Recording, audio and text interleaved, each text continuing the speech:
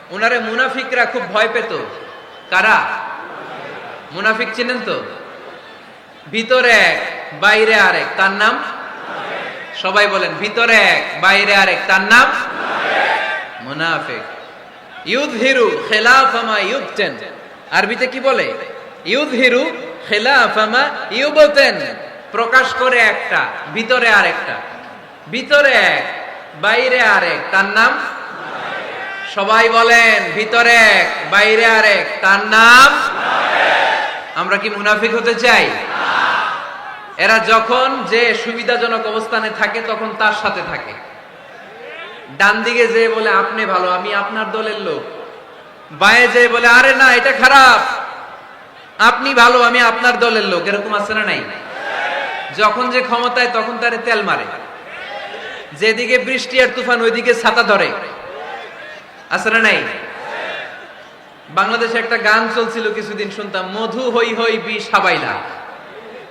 সূরাতুল মুনাফিকুনের তাফসীর বোঝানোর জন্য এটা আমার জন্য খুব সহজ ছিল।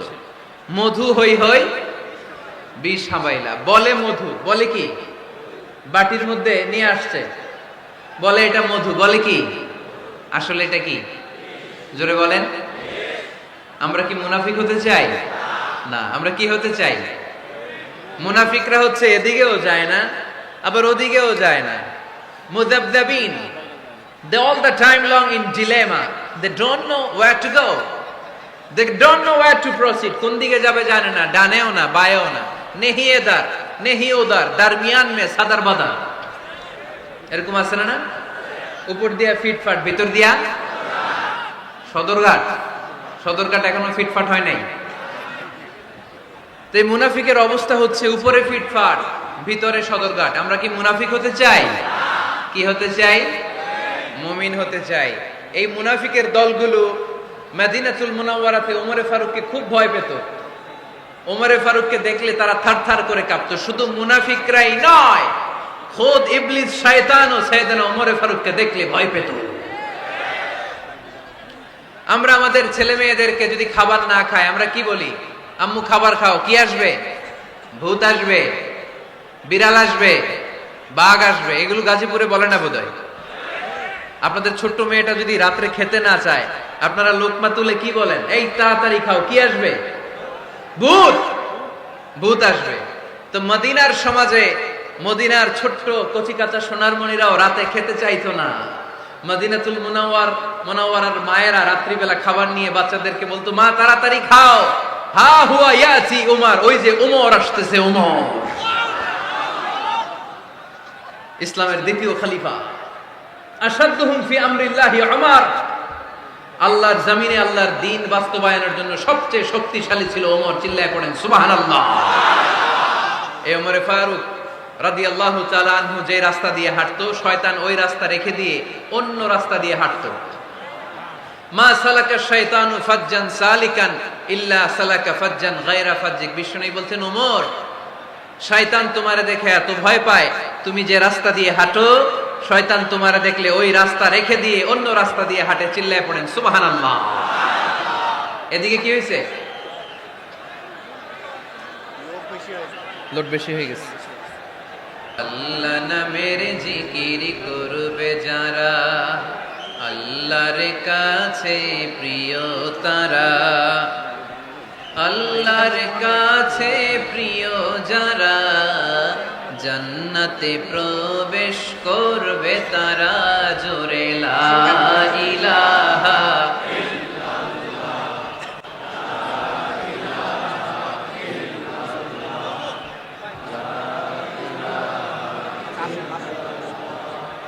লা ইলাহা ইল্লাল্লাহ, লা ইলাহা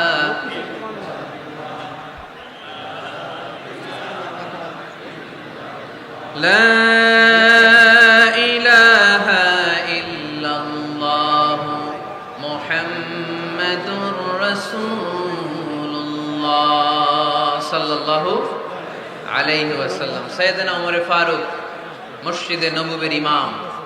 মসজিদে নববীর কি? ইমাম। আপনারা শুনতেছেন? এই ছেলেরা বসে যাও, বসে যাও, বসে যাও, বসে যাও।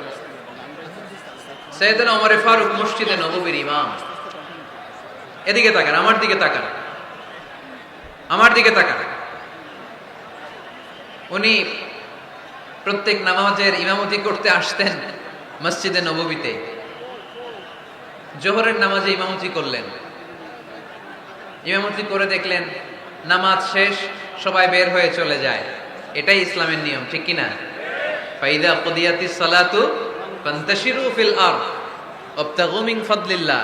নামাজের সময় খেয়ে ফেলাইছি, নামাজের সময়, কাজের সময়, নামাজের সময়, কাজের সময়। ফাইদা কুদিয়াতিস সালাত, যখন নামাজ শেষ হয়, ফান্তাশিরু ফিল আরদ, জমিনে ছড়িয়ে পড়ো। এটা ইসলামের আইন। তার মানে আল্লাহ বুঝাতে চাইলেন নামাজের সময় মসজিদে চলে যাও। নামাজ যখন শেষ হয়ে যাবে, শিক্ষক চলে যাবে স্কুলে, কৃষক চলে যাবে ফসল খেতে, মেম্বার অফ দ্য পার্লামেন্ট চলে যাবে সংসদ ভবনে, ব্যবসায়ীরা চলে যাবে শপিং মলে, ঠিক কিনা? কাজে চলে যাও। ওমরে ফারুক নামাজের ইমামতি করিয়ে নামাজ শেষ করলেন, সবাই চলে গেল। ইয়ামান দেশ থেকে আসা কিছু লোক গোল হয়ে বসে আছে, জিকির আজকার করে, ইবাদত করে। এরা যায় না। এরা কি করে না? যায় না। আসরের নামাজে সাইয়েদনা ওমর ফারুক রাদিয়াল্লাহু তাআলা আনহু নামাজের ইমামতি করলেন। নামাজ শেষ, সবাই চলে যায়, এরা যায় না। মাগরিবের নামাজের পরেও এরা যায় না।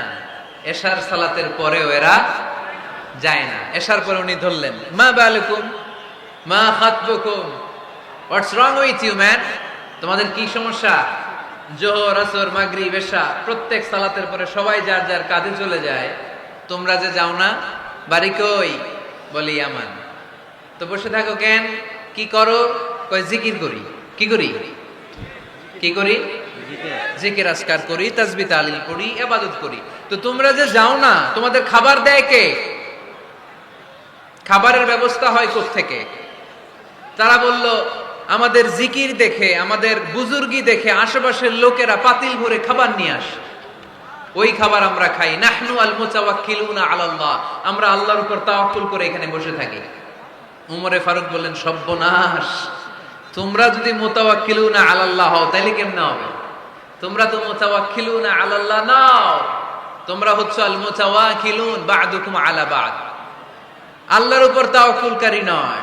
তোমরা যারা পাতিলের মধ্যে করে খাবার নিয়ে আসে তাদের উপর তাওয়াক্কুল করে বসে আছে, ঠিক কি না? তোমাদের জিকিরও চলে, আবার মাথায় টেনশনও চলে, পাতিল কি ছোট আসবে না বড় আসবে, খাবারে আমার ভাগেরটা থাকবে কি থাকবে না, টেনশন আছে না নাই? কারণ অন্যের উপর নির্ভরশীল, নিজেরা রান্না করে নাই, নিজে তো বাজার করে নাই, নিজের তো অ্যারেঞ্জমেন্ট বলতে কিছু নাই, আরেকজন যা দিয়ে যাবে ওইটা খাবে। ওমরে ফারুক বুঝালেন, আরে বোকা, এটারে তাওয়াক্কুল বলে না। তোমার সাধ্যে যতটুকু আছে তার সবটুকুন করার পরে তুমি তাওয়াক্কুল করবে একজনের উপর, তিনি কে? এক সাহাবী বললেন, ইয়া রাসূলুল্লাহ, ইয়া হাবিবাল্লাহ সাল্লাল্লাহু আলাইহি ওয়াসাল্লাম, আমি অনেক দূর থেকে সফর করে এসেছি, এই যে আমার ওটের রশিটা, এটা ছেড়ে দিয়ে যদি আমি ঘুমিয়ে যাই, আল্লাহর উপর তাওয়াক্কুল করি, আমার ওটটা বসে থাকবে নাকি?